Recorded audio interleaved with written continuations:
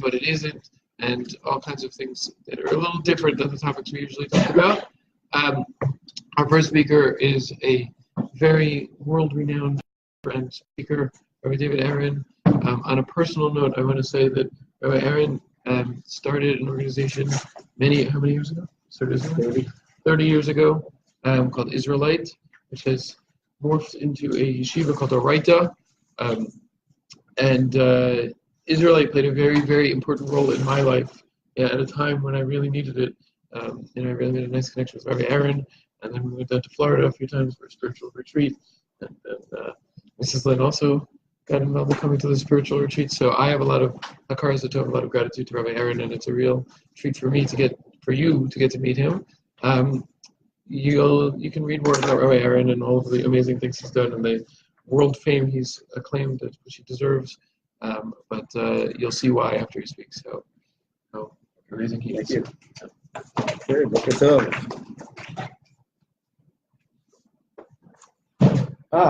How's it going? This is early for you?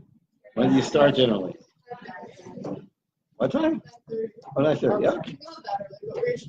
Okay. All right. Okay. So let's talk about Kabbalah. So when I was 18, I did not grow up in a religious home. I grew up in a very Jewish feeling home. I always felt guilty. I think I must be Jewish. And what essentially happened was came to Israel to kind of discover myself and begin my journey back to Judaism. And I was at the Kotel. At the time, I had this huge red afro where they keep kind of hovering on the top of it. And a very religious-looking man who had a very long black coat and long black beard, long black side curls. He was very long and black. And he came up to me and in broken English, he said, "I teach Kabbalah. You want to learn Kabbalah." Well, what did I know about Kabbalah? The only thing I knew about Kabbalah is what they told me in Hebrew school, which is that it's forbidden until you're 40 years old. And I obviously didn't look 40. So a complete stranger comes up to me, says, "I teach Kabbalah. You want to learn Kabbalah. I know it's forbidden. So what do I say?" I say, yes, this is perfect. I like this. Something forbidden, Jewish, that works for me. Anyways, he started taking me under his wings and started teaching me the secrets of the universe, and they were really secrets. Because the only English he knew was, "I teach Kabbalah, you want to learn Kabbalah," and I didn't know Hebrew and he didn't know English. So this was very, very mystical. But I stuck with it, and over a good few years, I've written 8 books that are either about that or influenced by that. And so I'm going to share with you one idea. But it's a key idea. So let me preface it with a story. What is Kabbalah? First of all, as the Rav said, you want to find out what is Kabbalah. So we're going to fast forward. I'm now about 22, 23 years old. I've been studying this material for quite some time. And I'm in a neighborhood called Geula. You familiar with that neighborhood? It's just next to Mea Shearim. Yeah. They call it ultra-Orthodox. I don't know what that means. Right? Ultra-Orthodox. I'm with my friend. It's Rosh Chodesh. And the beginning of the new month. And my friend says, have you ever heard of the great Hasidic Kabbalistic master, the Lulav Rebbe? I said, no. Why are you asking? He said, well, because we're on the street where the Lulav Rebbe has his center. And since it's Rosh Chodesh, maybe he's hosting a Tish. Now, what's a Tish? A Tish is, a Tish is when Rebbes have gatherings with their students and share words of Torah, and they sing and they eat a little bit. So he said, maybe he's having a Tish. You got to see him. He looks right through your soul. I said, I don't want to see anybody that looks through my soul. Thank you. I said, come on. And so sure enough, the place was packed and there was a Tish. So he said, let's go inside. So we went inside, and a large hall with hundreds of Hasidim, and at the front was this little Kabbalistic Rebbe, short fellow. And when we walked into the room, the Rebbe was standing, and suddenly he went, ha! They started staring our direction. I don't know what this is about.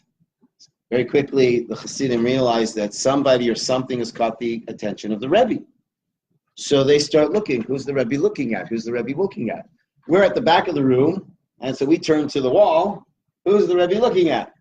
Well, then the Rebbe started to point, telling us to come towards him. And everyone's thinking, who's the Rebbe pointing at? Who's the Rebbe pointing at? Well, the Rebbe was pointing at you, me, and my friend. The Rebbe that looks through your soul. Well, I'm not afraid. My friends are bigger than me, so I put my friend in front of me. I started walking towards the Rebbe, and thank God they took my friend. Two Hasidim grabbed my friend, pushed him through the crowd, and the Rebbe started talking to him, and I was relieved that I wouldn't have to get my soul x-rayed. But then the Rebbe started screaming in Yiddish, where's the other one? I want the other one. And I was the other one. Right? Well, before I knew it, these two Hasidim grabbed me by the side and pushed me through the crowd. And now I'm standing before the Rebbe. And he has very intense eyes, because his eyes go like this. They don't look at you, they look around you. It was very, very eerie. And the Rebbe turns to me and says, Me'eze Eida Ataba? From what congregation do you come? Oh my gosh, what does that mean? I mean, my family belonged to Beth Shalom Temple. What is he asking me? I said, I didn't know what he meant, but Me'eze Eida, what congregation do you come? So I said, Slicha, excuse me, right? He says, Me'eze Eida do you come? What congregation do you come from? I'm thinking, I don't know. He's asking me what congregation I belong to. Like in Israel, you don't really belong to congregations. Maybe he saw in my previous life that I scalped tickets for the Rosh Hashanah. I don't know what it was he asking me. So he says to me, Ha'im ata Ashkenazi or Sfardi? Are you Ashkenazi or are you Sfardi? I'm thinking to myself, are you a Kabbalist? Do I look Sfardi? I thought you were a Kabbalist. I said, I'm an Ashkenazi. So he couldn't believe it. So, Ata Ashkenazi? You're an Ashkenazi? And I said, yes. So he says to me, where's your father from? Doesn't believe that I'm an Ashkenazi. He said, where's your father from? I said, from Russia. Huh.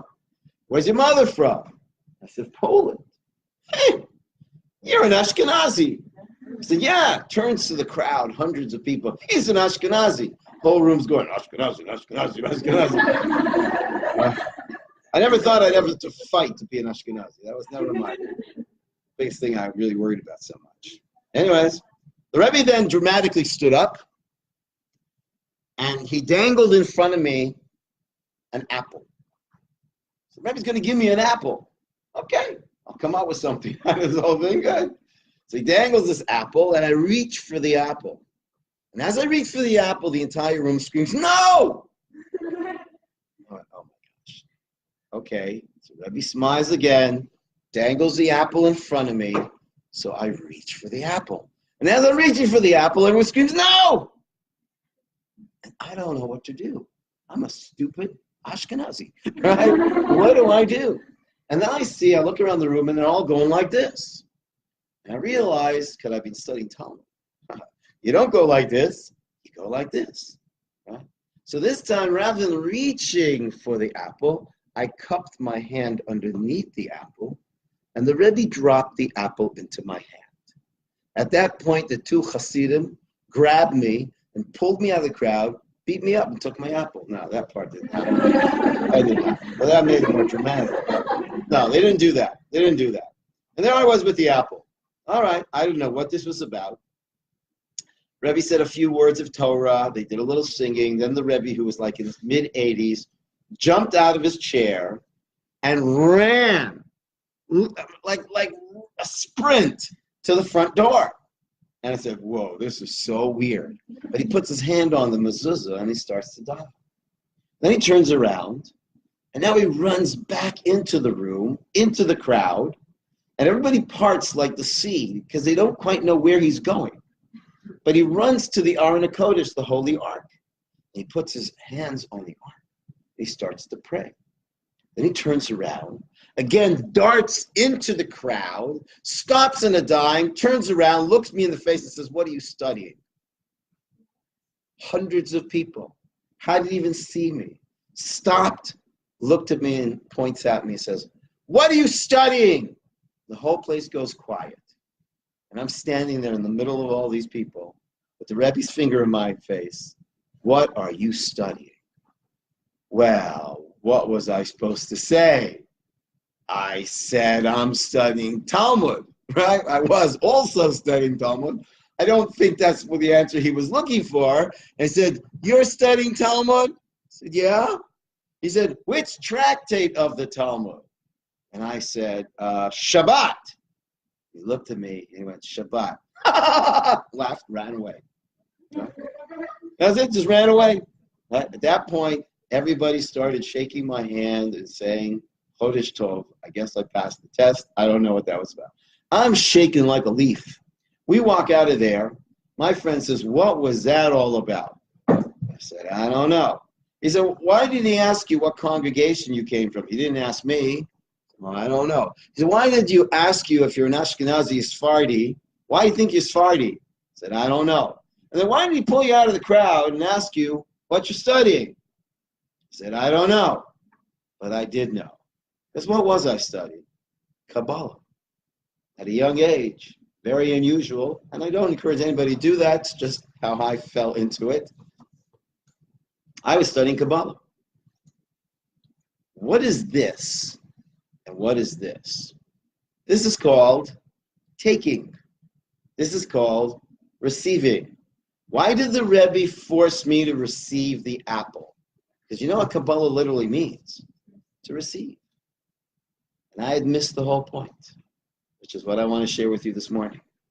It's all about the seeking of this, the secret to not how to get more out of your life, but to humbly, gratefully receive more from life. And the Rebbe saw that I believe he saw that I had missed the most important point. Now, why was the Rebbe so insistent that I am Sephardi rather than Ashkenazi? Well, that's because at the time, I was studying the Sephardic schools of Kabbalah. I was completely immersed. There's different schools of Kabbalah. There's the Ashkenazi school and the Sephardic school, as well as at that time I was engaged to the great-granddaughter of the Ben Ish Chai, who was one of the greatest Sephardic Kabbalists in our history. She and I broke up later, but that's another story from my therapist. Okay, so what is Kabbalah? What is Kabbalah? So let me share with you a story from the Kabbalah. And this is the Arizal, the great Kabbalist description of how we came to be. How do we come to be? All right. So the Kabbalah teaches that in the beginning, you're not going to see me, but okay, in the beginning, there was endless light. Endless light. When the divine wanted to create you and me, he caused a withdrawal of his endless light from the center, creating a spherical vacuum. Right? A spherical vacuum. In this vacuum, this is the beginning of space. Because people think space is nothing, but I'm going to show you a little space. You see the space between my hands? See, if space is nothing, then there would be nothing between my hands, and my hands should be together. So the fact that you can't see space, touch space, but it's clearly real, because if it was nothing, then there's nothing between my hands, then my hands should be together. So here, I just showed you space. We're in space. Where did space come from? So the Kabbalah says that God created space by making a space within his light, whatever that means, we're talking about that, for us. In this space, actually the Kabbalah says from the impression of the memory of the light that was, that's for another time, right? Hashem creates vessels, 10 vessels. And then Hashem condenses his endless light into a thin ray and projects it into the vessels. And the vessels explode. Now, to be clear, the first 3 vessels actually didn't explode. I will not address that today. But the last 7 vessels did explode, which is the 7 days of creation. Okay? they explode, which is referred to in Kabbalistic terminology as Shvirat HaKelim. Maybe this will help. There you are. Okay. Shvirat HaKelim. Okay. The breaking of the vessels. What then after this comes is something called tikkun. Not to be confused with tycoons. Okay. Tikkun, which means to fix. Because what happens is when these vessels break, everything goes into chaos. Right? And the whole story of life, your life, my life, is to fix the brokenness so that we can receive that light. Rabbi Nachman of Breslov, the great Hasidic master, explains that just this part, I mean, this is like a sliver of the Kabbalah. But the Rabbi Nachman of Breslov explains that this is the secret to everything. If we can understand this, we've got the key to everything. Okay? So that's what we're going to talk about. What does this really mean? Because this is a Kabbalistic language. We're now going to translate it into a language that is relevant to us. Okay? All right? So I love questions, but I want you to ask them at the end. Okay? Because let me download the whole thing. All right? So here's a couple of questions we're going to ask. First question is, what is this light? What is the light? Okay? Second, what are the vessels? Third, why did the vessels break? Fourth, didn't Hashem know that the vessels weren't able to take the light and that they would break? So why give them the light if they're going to break anyways? Yeah? And the last question I'd like to answer is, so what do we need to do to fix our broken vessels? All right? So the first thing is, what is that light? What is that light? In order to understand what that light is, we have to ask another question. What is the purpose of the universe? Why on earth are we here? Now that deserves a few hours, but to give you a beginning to that answer, to that question. So the Kabbalah says that Hashem created us to give us the greatest goodness. To give us the greatest goodness. Now what could possibly be the greatest goodness? So when I think of the greatest goodness in my life, moments of the greatest goodness, the greatest moments of my life. So I would say one of the greatest moments of my life is I'm lying in bed and my mother's sitting beside me and she's reading to me Winnie the Pooh. That was ecstasy. I must have been 18. And there she was sitting, reading to me Winnie the Pooh. Now, the truth is my mother did not read to me Winnie the Pooh because my mother was a survivor from the concentration camp. She was a Polish woman. So she read to me Winnie the Pooh.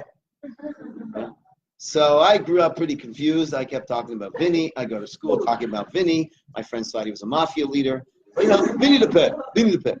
All right, whatever. But my mother would read to me Vinny the Pooh. And that was ecstasy. And that's etched in my heart. Because my mother was giving me the greatest goodness. Presence.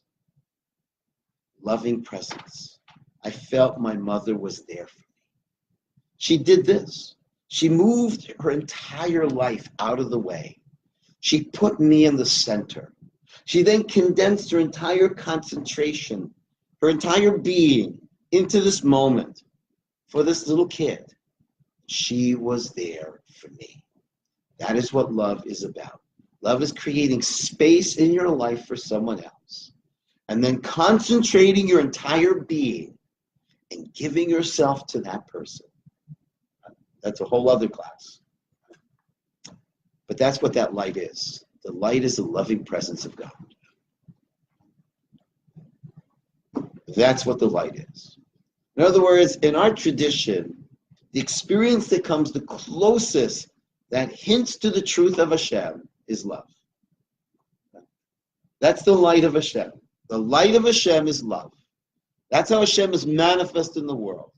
Through love. Love your neighbor yourself because I am God.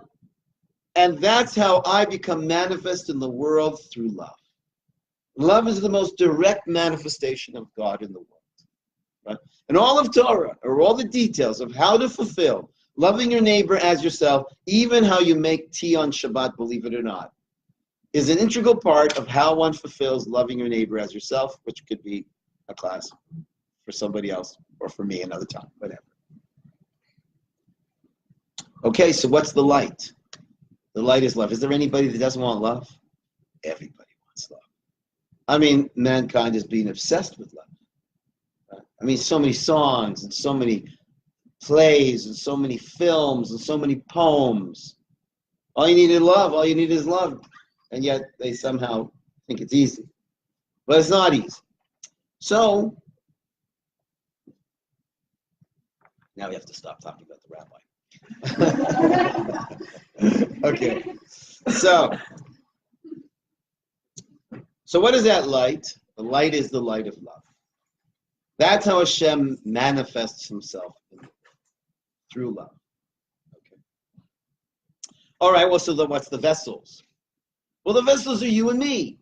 We are here to receive that love. Wow. That's the gift. Presence. The greatest present is presence. To really be there for somebody. To really be there for somebody. I experienced that with my own children. You know, I do a lot of traveling. I'm a public speaker. And I try not to be away from home for more than a year. I'm just joking. So I try not to be away for more than a week. I don't want to miss more than one Shabbat with the family. But there was a trip that I was away for 2 Shabbats, and I felt very bad about that. So when I got home, I told my kids, at the time we had about 6 kids, said to the kids, I said, you know, kids, I feel really bad. Abba was away. I want to do something special for you all. I'm going to take you all out to dinner. Kids seem to be very responsive to that. We're walking out of the old city, which is where I live. We're going out of Jaffa Gate. I turn to my little kids. They're like, 4, 5, 6, 7, 8, 9, 10, whatever. Right? And I turn to the kids and I say, kids, what do you want? Chinese or Italian? Like, nobody eats falafel if you live here, right? That's for tourists. Okay? So I turned to my kids and said, Chinese or Italian. What? Oh, they're out. Yes, they are. Right. There was. Maybe went out of business. I don't know. But anyways, Chinese or Italian? My son, 6 years old, without meeting a beat, said, I want you. Oh, wow. Did that hurt? Freaked me out. My kid wants to eat me. Wow. That's not what my kid wants. My kid couldn't care less about pizza. He doesn't want an egg roll. He just wants to feel the presence of his father in his life. So too, we just want to feel the presence of Hashem in our life. That's what we want. Question is, what does that mean? We'll talk a little bit more about it soon. So, what is that light? The loving presence of Hashem. Who are those vessels? You and me. Okay, you and me. Okay. So then, why did the vessels break? Why did the vessels break? The Kabbalists say because they wanted to take the light, not receive the light. Just like, you remember in the story? I wanted to take the apple, not receive the apple. See, what's the difference between taking and receiving? See, when you take something, it's yours and you have it, but you're disconnected from the one who gave it to you. When you receive something, then that's a gift, and the presence of your beloved is in that gift, and that gift represents your connection to the person, right? I'm sure you all want a diamond ring, but you don't want to simply have a diamond ring. You want to receive it from someone who loves you. And that when you look at him, that reminds you that he's rich. No, I'm just joking. That it reminds you that he loves you and that he's there for you, right? You want that. Right? And you'd rather have the top of a zip top can that was given to you by someone who loves you than a diamond ring from someone who really doesn't care about you, and this doesn't represent any commitment of connection. You got that? So we want connection. That's all we want in our life is connection. You know who figured that out? A very smart Jewish boy named Zuckerberg. He realized that people need connection, and that's the greatest commodity in the world. Sell them connection. So he came up with Facebook. And all these people are thinking that they have all this connection. I'm not saying there isn't some connection, but there is a lot of disconnection. Because there are a lot of people on Facebook that are faceless. Because I'm not really connecting with people. All those likes aren't making me feel so liked. Because I just want one person that is really there for me and one person I can really give to. And together we can do something important for the world. So they took the light rather than received the light. They hoarded the light rather than shared the light. You know what it means to love? When you truly love somebody, then you want to share and be more loving to other people. Right? So our tradition says that you have to receive the light with the intention of sharing the light with other people. Right? And then more light will come to you. Right? I learned this lesson from my wife. You know, I was struggling with whether I would start writing books. At this point, I've written 8 books. But before I started any books, I was really worried about writing a book because I thought, well, once I write a book, then that, you know, all that wisdom will be out there. And then people won't care about me. They'll just get my book. They won't invite me anymore, and they won't talk. My wife said, oh, yeah, that's so stupid. Right? That's so stupid. You put that out there and more will come to you. Right? And that's just the way it is. You try to hold on to it, you strangle it. But receive it in order to pass it on. Receive it in order to pass it on. Right? And so the reason why the vessels broke, according to our tradition, is the vessels wanted to hold the light, take the light, keep the light, rather than graciously, gratefully receive the light with the intention of sharing that light with other people. Right? You see, I'll tell you a sad story. One of my students, she met a guy. She's desperately looking for a guy. She's in her 30s already. She finally found the guy that she's really interested in, right? And it helps that he's extremely wealthy.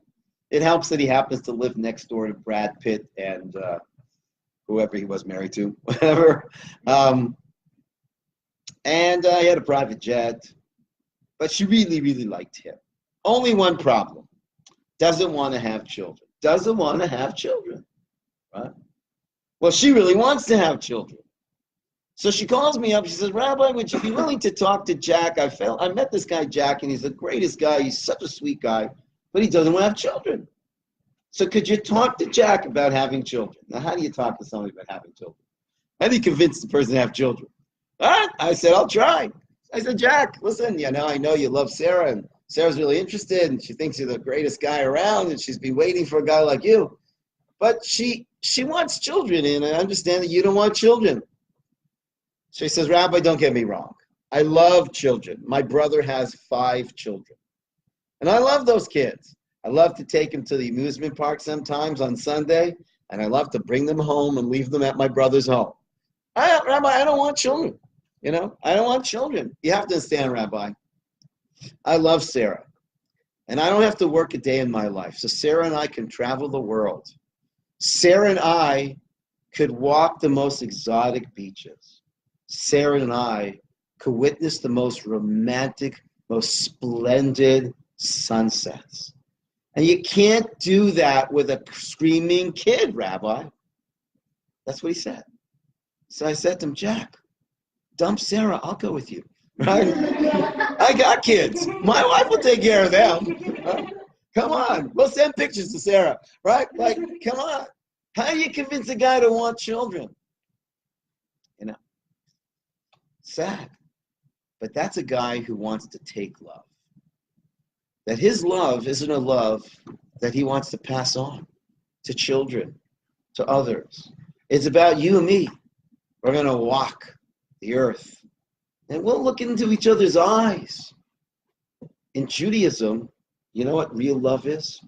It's not the ability to stare into 2 people's eyes. Right? 2 people staring into each other's eyes. 1 second. It's 2 people that can look in the same direction and say, have a vision for the world. Vision for other people. Let's take the love in our hearts and let's bring more happiness and spread more love in the world. That's the Jewish way of marriage, right? You see, there's 3 kinds of relationships. One is what I get from you and what you get from me. That's not love. That's business. That's why a lot of marriages break down. Because it's business. You know how business is. If I can get it cheaper with less hassle, I go somewhere else. Right?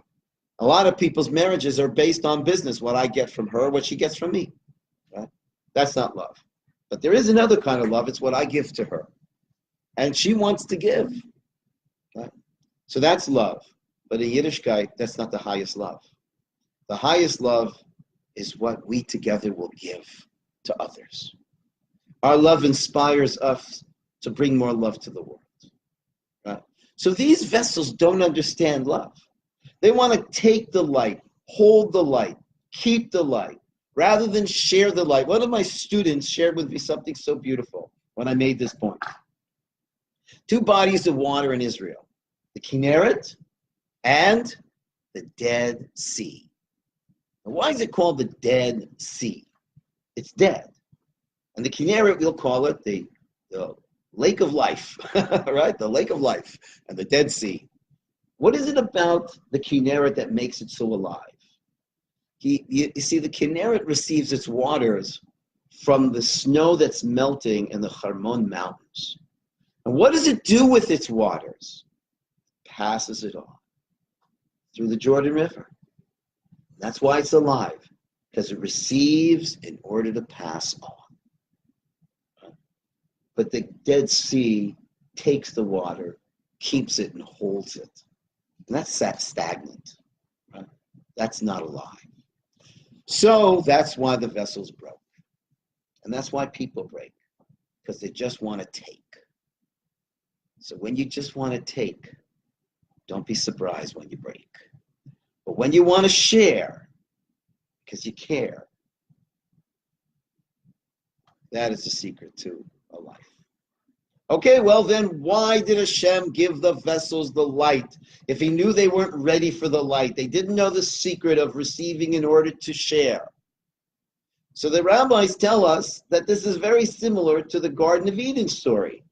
In the Garden of Eden, Adam and Eve have this tree that they're not allowed to eat. And sure enough, tell them don't eat that, right? And they go ahead and eat that. Well, didn't Hashem know that they were going to do that? Hashem knows everything, right? Well, the truth is, yes, Hashem did know, right? So then why did he put them in the Garden of Eden only to throw them out? Because if you've never been in the Garden of Eden, you will never crave to get back to it. You see, is there anybody in the room right now that's craving Gaba Giba? Anybody here have like a craving, like a thing for Gaba Giba? Oh, you don't know what it is. Well, that's why you don't have a craving for it, right? You don't have a craving for Gaba Giba because there's no such thing. I made it up, right? You don't crave things that don't exist, okay? But let's say there actually is Gaba Giba and it's some Asian food, right? And you can get it with an OU made of soya. I don't know, right? Right? Do you crave it? No, because you never tasted it. Yeah. I have a friend who's not religious.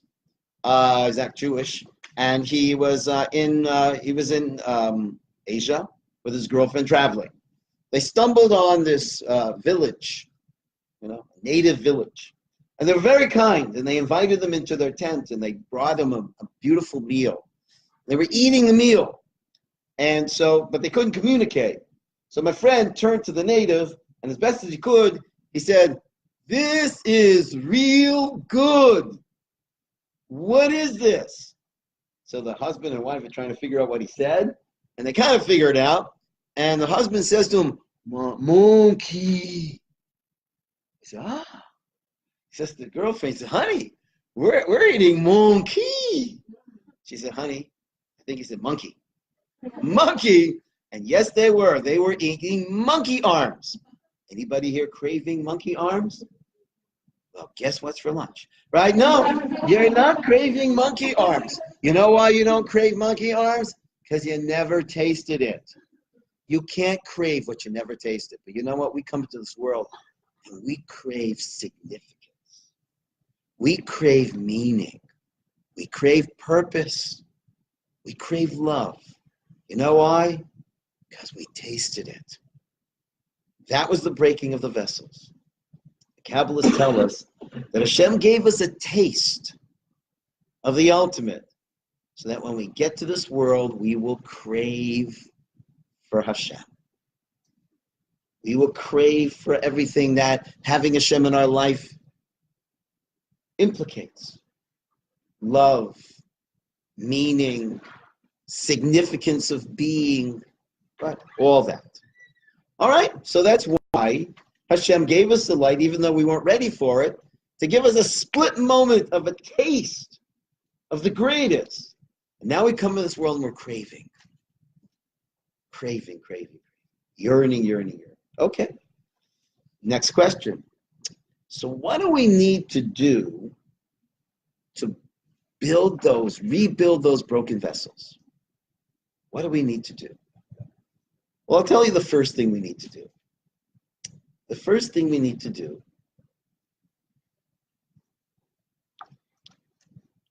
is to get in touch with what you really, really, really want. What do you really, really, really want?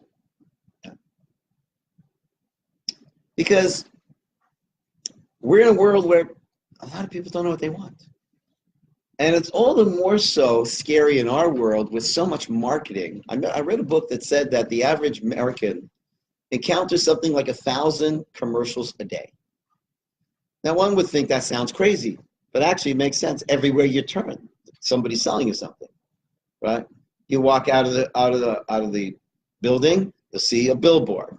Then you'll have a taxi go by with another ad. And then you'll have a bus that'll go by, and there's ads all over the bus. Then you go inside the bus, and there's ads in the bus. You go into the subway, there's ads on the subway. Then you turn, and then you look in your YouTube, and then there's an ad every couple of songs. Everywhere you turn, there are ads that are adding nothing to your life, right? Trying to actually subtract from your life. And these people are spending millions of dollars to figure out how to get you to want what they want. Now, if you don't know what you want, you are a sitting duck to want what they want you to want. Well, what should you want? What should you want? And what Kabbalah is teaching us and what Torah is teaching us is, what should we want? We should want Hashem in our lives. And to have Hashem in our lives means to have the force in our life that inspires us to be more loving, more kind, more caring, more honest, more sensitive, more peaceful, more wise. You say, I don't know what God looks like. I don't know what gravity looks like either. But I know when I have gravity in my life. I feel gravity in my life when I feel a force pulling me down. And I feel Hashem in my life when I feel a force pulling me up. When you feel inside yourself a desire for a life that matters, to be more loving and more caring, those are the implications of the presence of God. That's what the presence of Hashem in your life arouses from within you, is the desire to do good, the desire to share. Okay? So we have to get in touch with what do we really, really, really, really want. You know, there's a Kabbalistic film by the name of The Wizard of Oz. Did anybody see The Wizard of Oz? Didn't know it was a Kabbalistic film. I don't know if they knew it was a Kabbalistic film. But what's it really all about? It's about this girl named Dorothy. And Dorothy is an orphan. And she doesn't really so much appreciate her auntie and her uncle. And then she gets thrown into exile. She is displaced, right, by some hurricane or tornado. And now she lands in a world full of munchkins. And now all she can think about is, I want to go home. I want to go home. I want to go home. But now it's not so easy. Now she's got to take a long journey to get to the wizard who they say can get her home. Now on her way, she meets a tin man, a straw man, and a lion. And one needs a heart. The other one needs a brain. And the other one needs a home. I'm sorry, she needs a home, and the other one needs courage, which is everything we all need. Intelligence, emotional health, courage, guts, and a home. It's mamish unbelievable. Mamish, the Sfirot. Right? Anyways, and of course, every good film has the antagonist, the Wicked Witch. She's stopping her. But the more she tries to stop her, the more she wants to get there. She wants to get there. She wants to get there. Well, finally she gets there, and what does she find out? That the wizard is not a wizard, but he's actually just a professor. But he can get her home. He's got a balloon. He's going to take her home. So as she's kissing all the munchkins goodbye, sadly, a technical difficulty, and the balloon takes off, and she misses her ride. And she's devastated. She's crying. She'll never get home. Who shows up at that moment? Who? Glinda, the good witch from the West, or wherever she came from. Huh? The good witch. And Glinda's smiling, and she's brilliant, she's bright, and Dorothy's having a nervous breakdown. Now, I remember at that point in the film when I was a kid, I got really angry at Glinda. I got really angry. I thought to myself, if I were Dorothy, I would look at Glinda and say, Glinda, where have you been? Now you show up? Glinda says, I can get you home. All you have to do is click your heels 3 times and say there's no place like home. Yeah, you couldn't have told me that before? I had to go through all this hell, and now you show up? Do you know what I'm going to pay in therapy to get rid of those flying monkeys? So why did it take Glinda so long to get to Dorothy? Because if you don't know what you want, you're not ready to hear the answers. When she knew there's no place like home, and that was so clear to her, there's no place like home, and that became so clear by all the struggles and the courage, right, and the challenges that she had to face, she demonstrated to herself how much she wants to go home. When it was so clear to her that there's no place like home, she was there. That's the beginning of building those vessels. What do you really, really, really, really want out of life? That's what I think is so amazing about Judaism. You know, as I mentioned, I didn't grow up religious. I started my journey back to Judaism when I was just turning 18, you know, and didn't think I was going to end up being a rabbi. But the truth is, I don't teach Judaism because I think it's true. I think it's true. I think math is true also. I don't teach math. Right? So I'm not here to teach you Torah because it's true, even though it is true. I'm teaching Torah because it's amazing, because it's given me life. It's literally how to build my vessel. It's guided me in what's worth wanting. Because that is the most important thing you have to figure out in your life. Because that'll be the North Star. That'll be the compass of your entire life. What do you want? And a lot of people are going to wake up somewhere in their life and they're going to realize, oh my gosh, I worked so hard because I wanted and I dreamt something. Now that I'm getting it, I can't even imagine why I ever wanted it in the first place. I think this guy's going to wake up someday and realize that I didn't want children. Look, not everybody's blessed with children, but at least want children. Right? No, he wants romance. He wants romance. Romance is nice, but it's not true love. True love. When you really love somebody, then the two of you so much want to share that love. And that's what it means. In fact, we are taught that to love Hashem means to make Hashem beloved to other people. Right? If you really love somebody, then you want others to love that too. Right? If you love life, you want to help other people love life. If you love goodness and kindness, you want to help other people love goodness and kindness. And you live a life of love. So what did we learn today? What is the light? The light is the loving presence of Hashem. That's how Hashem becomes manifest in the world, through love. What are the vessels? You and I. Why do they break? Because the way to receive love is not by taking it or holding it, right? But by receiving it and sharing love with other people. Why did Hashem give us the light when we weren't ready for it? Because if we didn't get a taste of love, a taste of connectivity, we wouldn't know what's worth yearning for and craving for and working for. So what do we need to do to fix the vessels? What we need to do to fix the vessels, the first step to fix the vessels, is to want what's worth wanting. To want what's worth wanting. And that is to live a life devoted to ahavta l'recha kamocha. Love your neighbor as yourself, ki ani Hashem. Because there's nothing but Hashem. Hashem is the source, the root, the ground, the essence of all. And the way Hashem becomes manifest in our lives is through loving ourselves, loving each other, loving all people, and loving Hashem. So that's what I wanted to share with you, and now I'd be happy to hear any question you have about this, and then after that, any question you have about Kabbalah in general. Yeah, what's your name?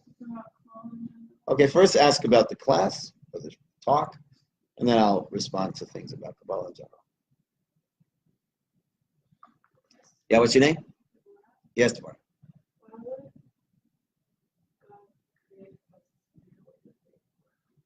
Why did Hashem create the vessel the way they were? No, not that they couldn't be that they didn't understand. Labiyut. Excellent question. You see, there's something Hashem can't give you, right? And that is the desire for Him. What does that mean? What does that mean? Let's say I have a friend and his birthday's coming up and I really, really want to honor him, right? So I prepare a gourmet meal that I cook 2 days for that meal, knowing that these are his favorite dishes. And I tell him, because it's a surprise, that could you come tomorrow 8 o'clock to my home? I have something I need to talk to you about. Surprise, right? He's on his way. He's thinking, 8 o'clock is dinner time. I feel really hungry. I don't want to be inappropriate and get there and not be able to focus on what David wants to talk to me about. So he stops off at a restaurant, knocks off a bunch of burgers and fries, and now he shows up at my home, right? So I walk him into the home. It's pretty amazing to get reception down here. I walk him downstairs. Not downstairs. We're downstairs. I walk him into my home, and he is. I fling open the dining room doors. There is the most amazing spread he's ever seen in his life. What's he supposed to do? He's not hungry. He's not hungry. So he'll eat it not to hurt my feelings. Did I give him what he wants? I didn't, because he's not hungry. I want to give him a meal that he'll enjoy, but he has to be hungry for that. So what is Hashem doing? The way Hashem creates us is He creates us and puts us into a situation that will arouse our hunger. And that was the situation. The situation is that we would not be ready for the light, have a split moment of the light, but miss that moment, but suddenly realize what we missed. And now work and yearn to get it back. So that's part of the answer. The other part of the answer would take a lot more time. Okay? Good question. Yeah, more questions about what I shared, and then after that, you can ask me any question you want about Kabbalah. Yeah, what's your name? Yes, Natalie. What are they made of? Consciousness. This is all made of consciousness. It's kind of like a dream. It's not a dream, but it's like a dream. You have a dream, and in the dream are people and planes and, and cars and whatever. And then you wake up and you realize that all those people and all the planes and everything in your dream was made of consciousness. So this is all made of consciousness. Okay. And even scientists are saying things very similar to that. What else? Yeah, what's your name? Yeah, Dina.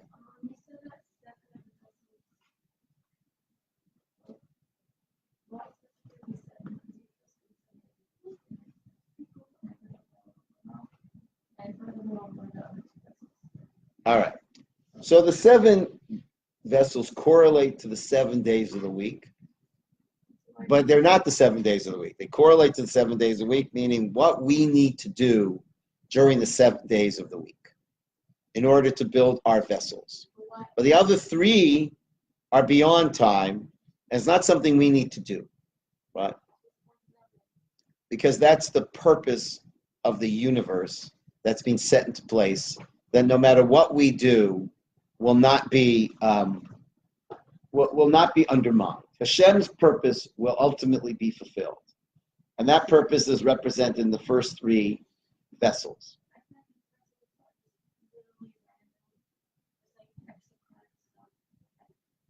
Literally random extra what?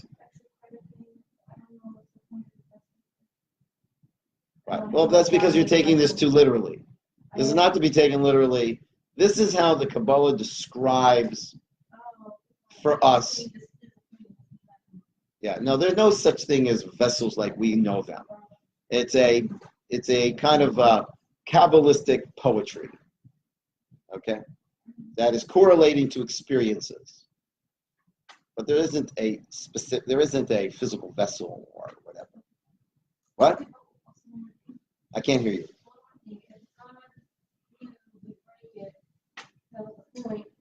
Then I don't understand the idea of free will. If I know I usually don't bring this one up, but like, if God knew this was gonna happen, so He made us, He specifically wrote the life, gave them. Right. Well, so that's because you don't need a class; you need a course in this, right? A course. So some questions get an answer, some questions get a class, some questions get a course. You just ask the course question, okay? So I do have a book, which I didn't bring. I brought one of my books, which is a book that has correlates to a little bit of what I spoke about today, called Endless Light. So if you're interested in that, I'll show you that. So, but I wrote 8 books. I didn't bring all my books. I just brought a couple of this particular book because it correlates to the class I just gave. So this is called Endless Light. And some of what I shared is in this book, but there's a lot more. It's the ancient path of the Kabbalah to love, spiritual growth, and personal power. So that's available if you're interested. In the bookstores, it's at least 80 shekels, and my yeshiva sells it for 50 shekels. So if you're interested. So the whole question of free choice and determinism and all that, that needs a lot more time. And that's a good few classes. Okay. Also, by the way, I have a website called rabbidavidaaron.com. And you can go there and literally I have courses there that you can just take for free.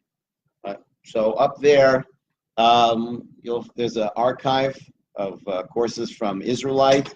There's an archive of courses of Yeshiva Oraita that's been posted to Yeshiva University's website. So you can go to my website, AARON, Rabbi David Aaron, and I got plenty of more that you can download from there. More questions? Yes. What's your name? Ellie. Mm-hmm. Oh, thank you for thanking me. Thank you for thanking me, yes. First of all, I wanted to ask a little bit about, it's kind of about Kabbalah in general, like your journey. The what? Like it's about Kabbalah in general. Okay. Well, I just want to first take care of any questions relating to what I talked about, and then we'll go on Kabbalah in general. So you have something about the class itself? Yes. What's your name? Naomi. Yes, Naomi.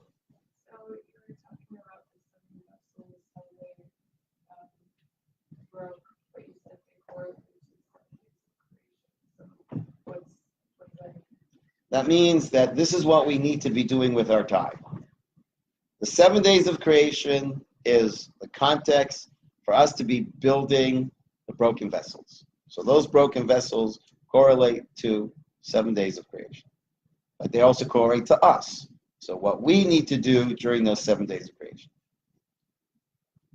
Okay. That's all you have to do. Every single day, wake up in the morning and say, something's broken, I need to fix it.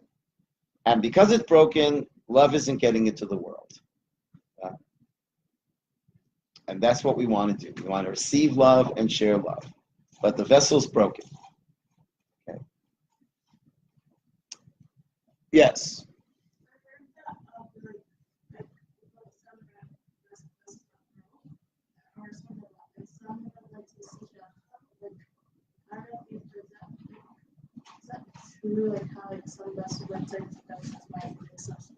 No.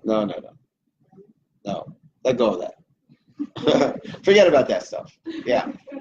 Yeah, I forgot your name already. I'm sorry.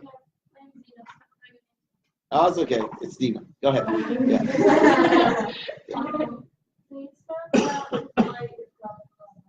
Yeah.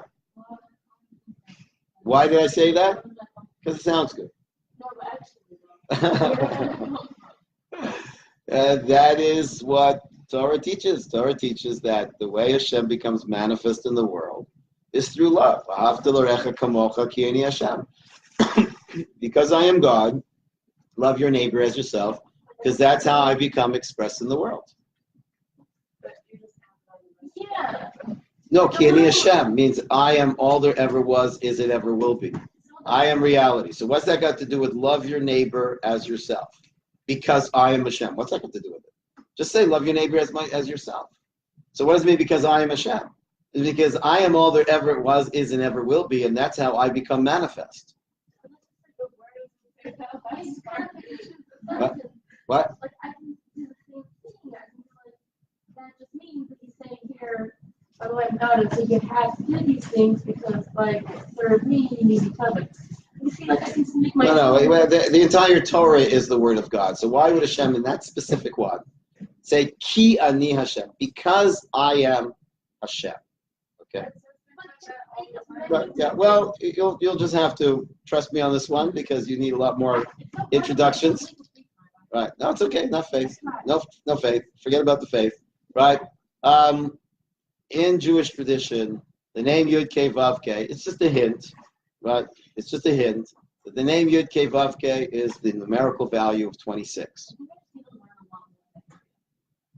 I think you do, but I'll just continue to share, right? And Yud Kei Vav Kei is the numerical value of 26. That is twice Ahava. Ahava is 13, right? So when a person loves another person, that's 13. And when that person loves them back, that's 13. And that becomes the name of Hashem in the world. Right? So in our tradition, the way Hashem, the name Yud Kei Vav Kei, comes into the world. In fact, this whole picture is a picture of love. And that's what I talk about in this book. Right? What is love? Love is creating a space in your life for somebody else and giving of yourself to that person. That's how Hashem becomes manifest. Right? So the entire Kabbalah is saying that the light of Hashem is the manifestation of love. And that's it. I'm not saying that Hashem is love, but we are saying that that's how Hashem becomes manifest in the world. It's through love. Right? And all the halachas is how to channel love into the world. All the halachas. No, it's not. It's much more than that. It's the whole theme of life. Right? And you need to be very wise to be able to love. It's not an emotion. In fact, that's why a lot of people are failing at love. Because they think that love takes a lot of heart, but I want you to know love takes a lot more being smart. Okay? And a lot of people are not being smart in their relationships, and that's why they're breaking down. So love is not just a feeling, right? It's a responsibility. If I have a responsibility, a mitzvah to love somebody, you can't command me to feel something. I cannot be commanded to feel something. So therefore, when it says love, it's an action. Right? Now, maybe that action will arouse from within me a feeling, but if it doesn't, that's not the point. The point is act in a loving way. And the way you act in a loving way is A, creating space in your life for other people. Right? B, respecting that they're not you, they're other than you. C, give of yourself to that person. And all of that is how Hashem becomes manifest in the world. And that's what the Kabbalah has been teaching us. The Kabbalah is literally the secret of how we bring Hashem's presence in the world as it's manifest as love. Again, not that Hashem is love, but that's how Hashem becomes manifest in the world. Just like I'm not a rabbi, that's one of my faces. That's how I'm being manifest in this room right now. But when I leave this room, right, and I meet my wife, I'll be manifest as a husband. Right? And then when I'll later on see my son, I'll be manifest as a father. Okay? But that's not who I am. Those are just not just, but those are manifestations of who I am. So love is a manifestation of Hashem. It is the fundamental manifestation of Hashem. All other manifestations are facets of that. The wisdom of love, the understanding of love, the caring in love, the justice in love, the truth in love, the splendor of love, the peacefulness of love. Those are the 10 Sefirot, but they're all facets of love, which is about connectivity. Yeah, Dina. So, if everything is love, why are there so many people that are just so people? So Yeah, I hate those all people. these religious people, and I'm not a racist Christian, but I don't know. Right, I have too many bad experiences. I know it's not everyone. I'm not gonna say everybody. Well, I said, if I believe, if I were a billionaire and I was looking for a product that I believe would change this planet and make this a better world, right? Then I can't think of a better investment than teaching the world Torah. First teaching the Jewish people Torah, and then teaching the rest of the world what is appropriate for them to know from the teachings of our tradition, right? Which is the 7 mitzvahs b'nei Noach. Because I haven't seen any tradition create people like Judaism, right? Just look at the greats of Judaism and compare it to other traditions. I don't think anyone comes close to what we've produced. Because they haven't learned Torah. That's the problem. And even people who have learned Torah haven't sadly learned enough Torah.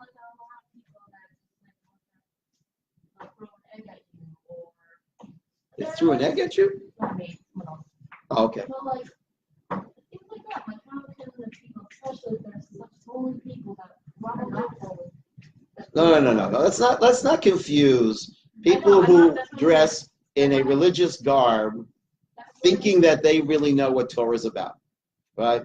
I mean, I brought a group of Israelites, I don't know if you were ever on that group, to a particular religious neighborhood. And I actually had the men and the women walk separately, and I actually made sure that the women were dressed modestly. But somebody from the neighborhood didn't like it, no matter what, and turned on a hose and hosed the entire group down. Right? And they did it in the name of God. That's what makes it even more scary, because they think they were doing something holy. Okay? Now, I judge them to the side of merit. They probably thought we wanted a drink of water. I don't know. But they're off. They're just kind of off. Of course, but if you don't learn Torah properly, then, it says that if a person learns Torah for the right sake, it'll be the elixir of life. But if a person learns Torah for the wrong sake, it'll be poison. Poison, the same Torah. So if you're learning Torah with the wrong intentions, it will not be good for you. I'm sorry, I can't hear you. There's this air conditioner making all this stuff. Doomed? Oh, let's be positive. You're in such a great school.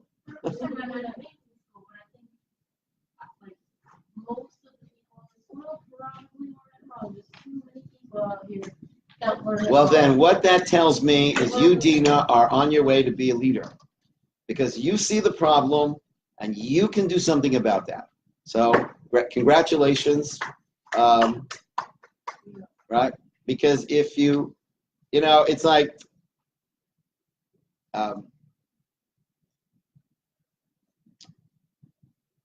if you see those problems, and you're sensitive to them, and you're in pain about them, then there's no greater sign than you are capable of being part of fixing them. Okay? So there's a lot of work to do. And I believe the more we embrace Torah in our lives, and the more we be models of Torah in other people's lives, this world will be a much better place. But we have to learn the Torah of love. Right? And the Torah of love is to realize, After kamocha ki ani Hashem. Love your neighbor as yourself. That's Zeklal Gadol b'Torah. That is the big general principle that all of Judaism is based on. Even the laws between mankind and God are all there to ultimately accomplish that. Now, general questions on Kabbalah. Nora, you still want to talk about this? Yeah, you mentioned, you mentioned that halakhot are an expression of love which manifests God into this world. Yeah. So I just feel like that's not so accurate, just because there are a lot of halakhot that seem a bit arbitrary. Like, let's say specifically, and it's just like a controversial topic, but I'm gonna say it anyway. Like, let's say about whatever, gay people. So for them, if anything, it's a suppression of love, and that's not bringing love into this world, and it's not manifesting God. If anything, No, I have no mitzvah to dislike gay people. That's ridiculous, right? Haftarech Kamocha includes everybody, right? But to talk about how do we understand a loving God with laws that say that people of the same gender cannot engage in sexual activity, that's a whole class. And I'm so happy that you have the rabbi here to give that class, because I'm not going to give that class right now. Okay, but that's a good question. That's a very good question. I still do not retract the comment that Judaism is about bringing the presence of Hashem in the world. The way Hashem's presence in the world is manifest is through true love, and all of Judaism is really a science of how we engineer our lives for the light of Hashem, the loving presence of Hashem, to become channeled into our world. And it's a science. You think it's arbitrary, but then again, if somebody were to show you, how a cell phone is built, you would probably realize that, I guess, every single detail out of that cell phone has to be exactly that for that cell phone to work. So Judaism is claiming to be a science. And that's actually what the Kabbalah very much focused on, is the science of consciousness that engineers our life so that we can build the vessels so they can be like radios receiving and transmitting the light of God into the world. Yes. I don't really love it so much. I'm not very attracted to it, quite frankly. Okay. The law of attraction, I feel, puts a little bit too much, or actually puts everything in your hands. The reason all this is happening is because you're not attracting it into your life. God doesn't have a say in all this. You can get whatever you want. Just want it. No, you can get whatever Hashem wants, not whatever you want. And so the BS, the baloney salami, of a lot of this New Age stuff is telling people they can get whatever they want. And all you got to do is dream it, want it, visualize it. You can't get whatever you want. You can get whatever Hashem wants. And there's some things that you want that Hashem doesn't want for you in your life. I think it's pretty childish to even think that you know what you want is really good for you. There's lots of things I wanted, and only afterwards I grew up and realized that how could I ever have wanted that? That's so stupid, right? So I find these teachings to be very juvenile, and worse than that, they are destroying people's lives because they're blaming themselves. Well, if you're not married, then it must be because you don't really want to be married, because if you really wanted it, you'd be attracting the man into your life. No, there's other things going on also. Okay. I'm sorry, what's your name again? Yeah, Torah. Isn't it more law of attraction, the energy reflected as well, who you are as a person, but it shows it's not about what you want. Because you could be a bad person and want good things, but you need to change yourself and be better to really attract that energy back. No. If you really, really, really want to be a good person, you'll work at that. Yeah. Okay, so that's all Hashem wants you to do is just work at it. Hashem is not asking you to succeed. He'll help you succeed. Which marriage example? He said that someone can get married if they don't want it. Oh, I didn't say that. I was saying that that's not true. I don't believe that's true. So is it more that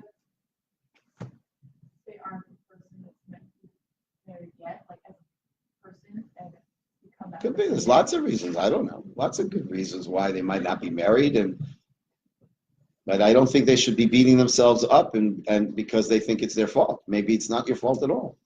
I don't know. Maybe Hashem needs you to wait a little longer for some reason. Maybe the other person's not ready and you're waiting for them. I don't know. Lots of ways to figure that, to try and speculate what's going on, but we'll never really know for sure. Yes, go for it.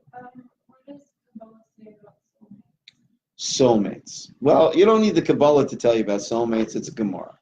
Gemara says that before the child is born, 40 days, there is Hashem announces this one to that one. So you have a soulmate.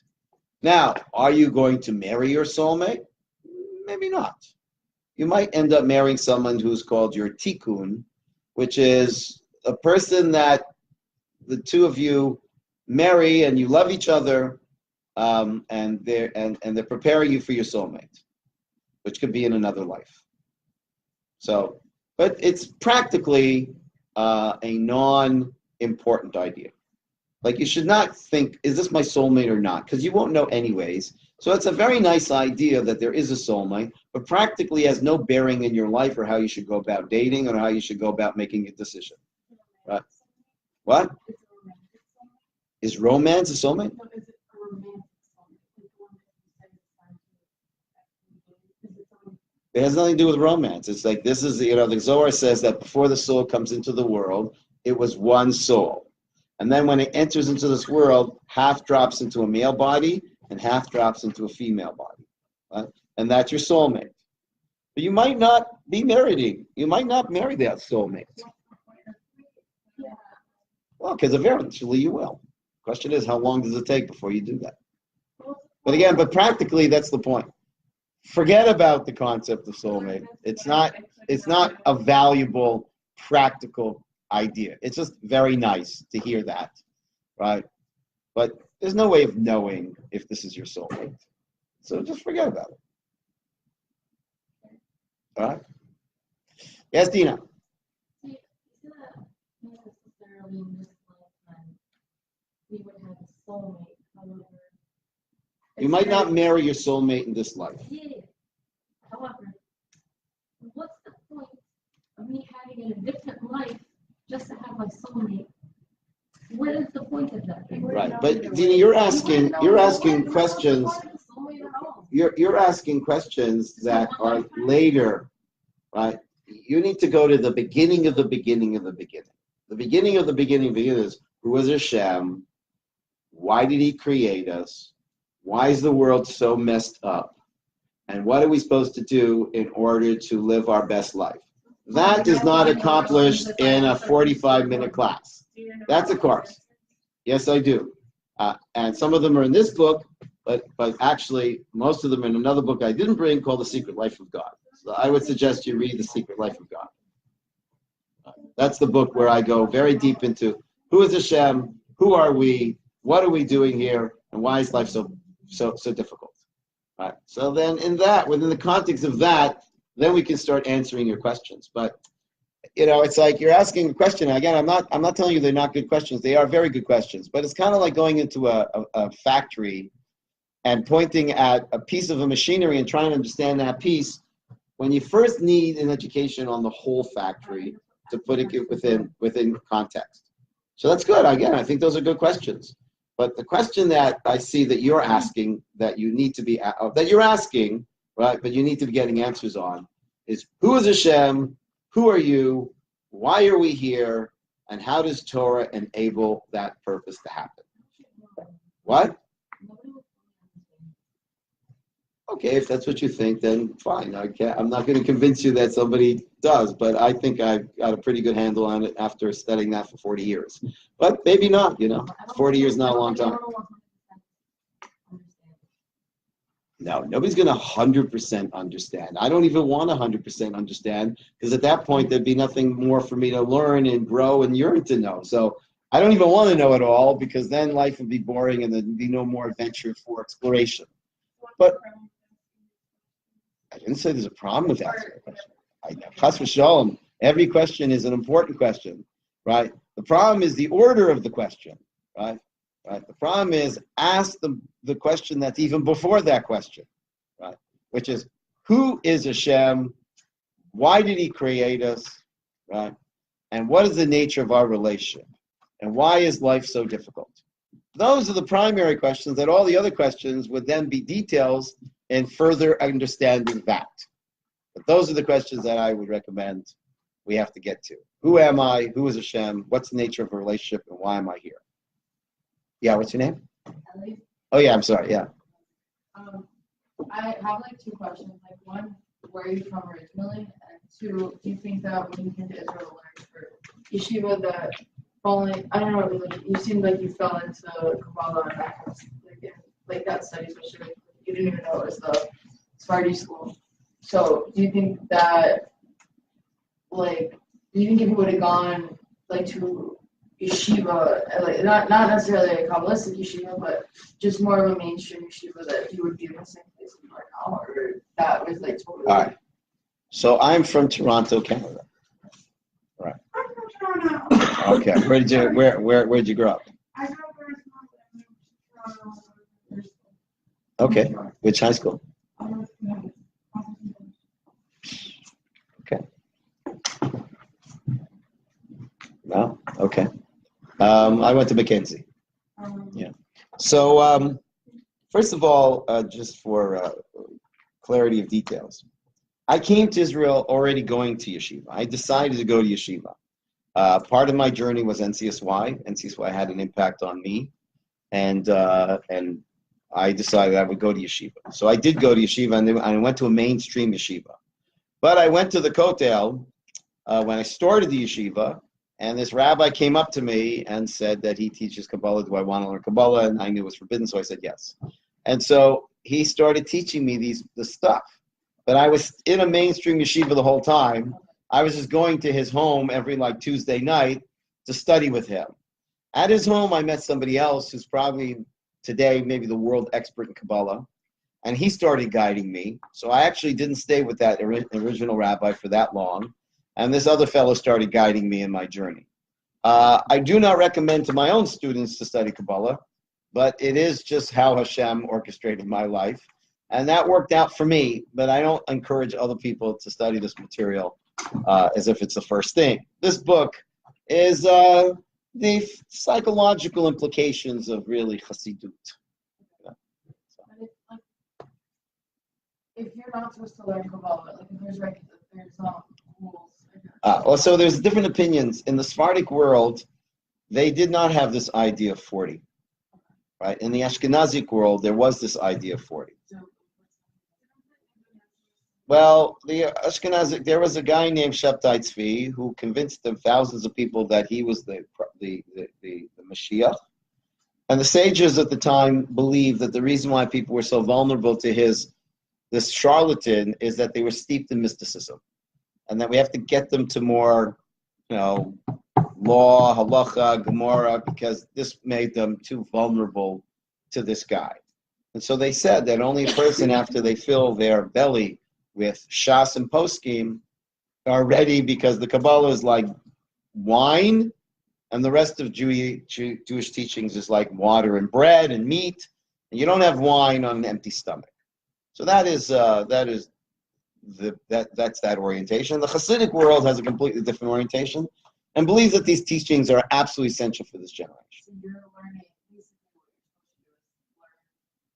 majority of Torah only, and then learn Kabbalah. According to the Misnagdim, according to the Ashkenazic world, yes. But according to the Hasidic world, no. The Hasidic world says that this generation desperately needs the teachings of Hasidus. And Hasidus is basically the psychological implications of the writings of the Kabbalah. Okay. We'll take two more questions, and that'll be it for now. Yeah, what's your name? Ariel? Nice name, yeah. Yeah. If you learned Kabbalah and you got so educated and now you can share your knowledge and everything, why don't you suggest it to other people? Why? Because you have to be a certain kind of person that it does. Like, I'm the kind of person that I'm a very rational kind of a guy. So in my case, I don't think it was so damaging, right? But I think a lot of people need to be a lot more grounded. In fact, I find that the people that are really very interested in learning Kabbalah are often the people that shouldn't be doing it, right? And so I wasn't a mystically minded person at all. I just was intrigued by this rabbi coming up to me, right? But your hair could turn red. Yeah, but it didn't happen in my case. But it did happen in your rabbi's case. Look, what if... No. No. All right. Wait. However, you see, I believe that the real danger of studying Kabbalah is it's incredibly easy to misunderstand. And you will end up being a heretic.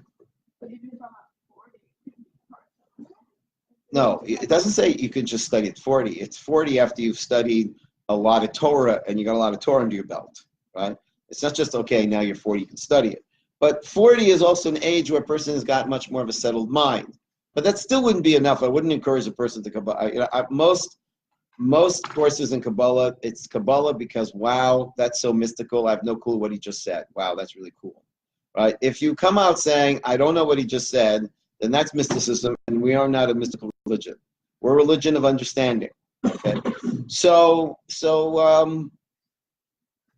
if you find a teacher of the teachings of Kabbalah that bring it down to earth, then okay. But I haven't met that many. I really haven't. Yeah, what's your name? Yeah, Sean. No, it doesn't. By the way, there's no guarantee that you have to come back. The Arizal says that there are new souls and there are old souls. A new soul is a soul that hasn't been here since it was part of Adam and Eve. Every single one of us was almost like, well, you could describe kind of like a cell in the soul of Adam and Eve. The women are we're in the cells of the soul of Eve, and the men are cells in the soul of Adam. And we were all part of that couple, right? And a new soul is a soul that hasn't been to this earth since they were part of Adam and Eve. Right? An old soul means that they've been here once before, maybe twice or 3 times. The Arizal, Rabbi Isaac Luria, he was once sitting with the students, and he described to them their entire lives, all the different lives they lived, who they were in previous lives, and why in this life they're all his students together. Right? Now I could do that, but there's really no more time left, so I'm sorry. If you pay me enough money, yeah. No, I'm just joking. I'm just joking. I can't tell you who you were in your previous life. No, I can't.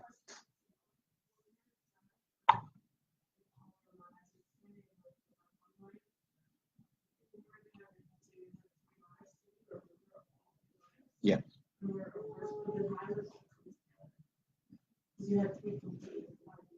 What do you mean, how's it come together? That's like, think of it like an actor. An actor plays this role. Well, but just, again, I said think of it like an actor. So we're using a metaphor. Okay. So an actor plays a movie, and in this movie, he is a doctor. And he finished that movie, and then gets another doctor. It gets another movie, and in that movie, he's a lawyer. Right?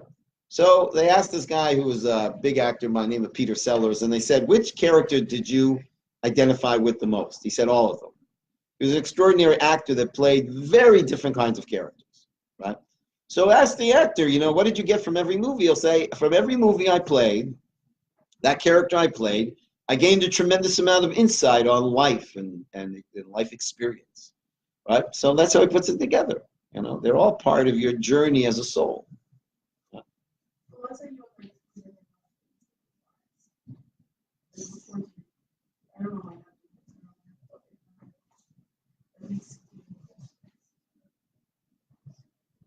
Okay. I wouldn't even know the answer to that question. It's very possible that all the husbands in your life were your soulmate, and he's playing different characters too. Wouldn't that be cool? Yeah, that'd be cool. Yeah.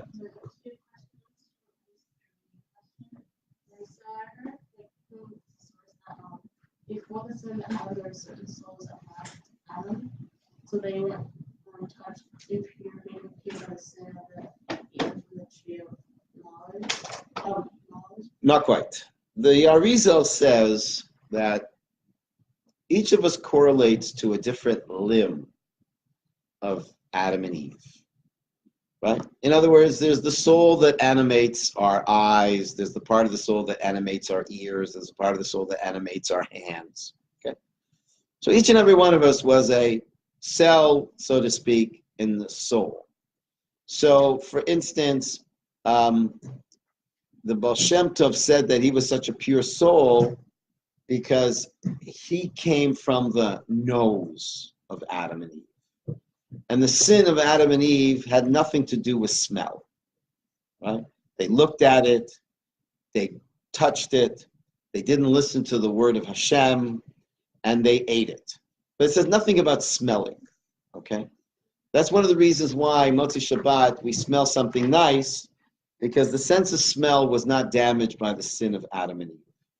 But if you are a soul that correlated to the sense of smell of Adam and Eve, then you'd be this incredibly pure soul that was not touched by the sin. So there were souls that weren't touched by the sin. What about like demons? Like, do they still like exist like in this world? Right. Like in some places where they're dark, like the tents of the light, these things like demons. Right. Well, those are, I understand. Today we could call them germs. It's just a word, right? There is negative energy in the world that can cause sickness and problems. They could call it demons, we could call it germs.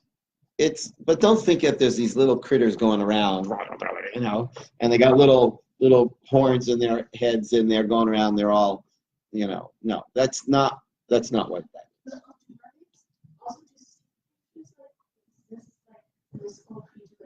In Disneyland, yes. But not in Torah land, no. No mermaids. I've dated a lot of women before I got married. No mermaids. No mermaids. There are no mermaids. That's not Jewish. That's not Jewish stuff. All right. Okay. What? Lilith. Yeah. Wow. Where did that come from? Yeah. So I'm not gonna say who, but someone told me about Lilith and that she, like, after Adam got kicked out of the Garden of Eden, she was with him for like 100 years, and then they had demon children together, and whatever, they're all the evil demon babies that they created were from then. They're like around in the world, in the spiritual world, and I don't know, they're shading, and there are people that can go in, or like another soul can end up in your body, and then you're like, you can get possessed, levitate. So like rabbis have to come, and I was like, this is straight up out of the crucible, like I don't understand this. Anyway, yeah. Right. Okay. Right. So what's the question? We take that stuff seriously, but not literally. In other words, the whole story of Adam and Eve is not from the same world that we're in. After the sin, before the sin, they're not people like we understand people. Okay, they existed, but not so. Whatever it says over there, right? Lilith is often understood as the seductive side of feminine energy, not a particular person, but a symbol of a seductive side of female energy, right? But not a particular person, right? And these demons are, this is metaphorical stuff. This is not to be taken literally. This, again, it's to be taken seriously in that it's teaching us something, but not start imagining these things, okay? So forget about that stuff. No, I believe that there is an energy that a woman could have that is seductive, right? And that's the power of Lilith, the seductive woman, not the the nice girl from Kansas City, whatever. We're talking about the seductive woman that is manipulating male energy.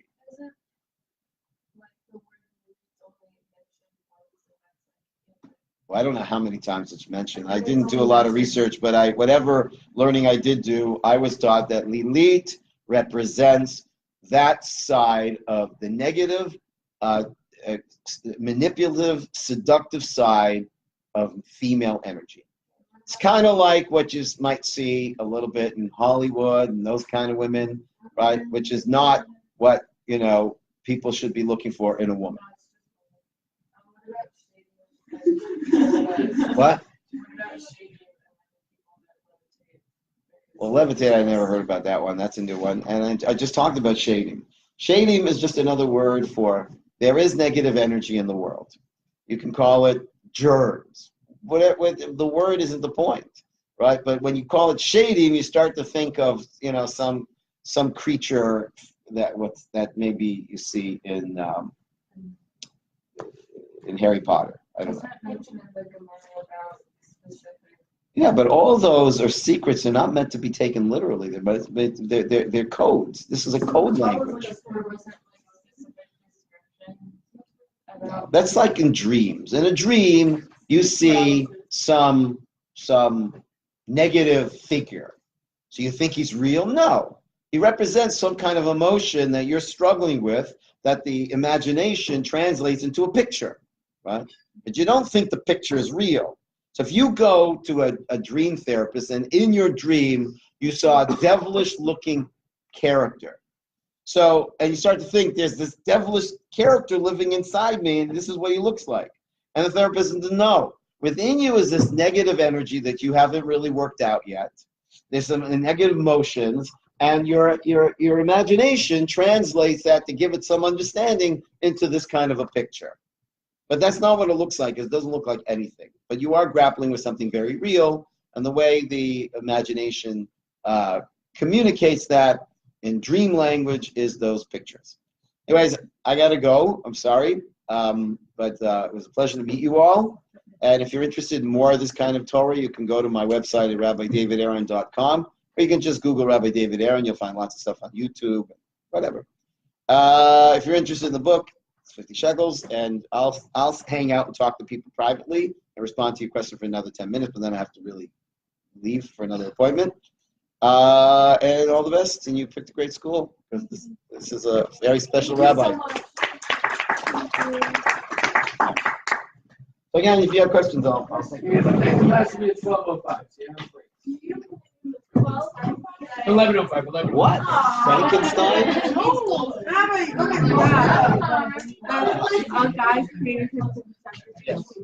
Oh, no, not that. But the golem, I believe in the story of the golem. What's the story of the golem? What I was told was someone created someone. Oh, this is not a name.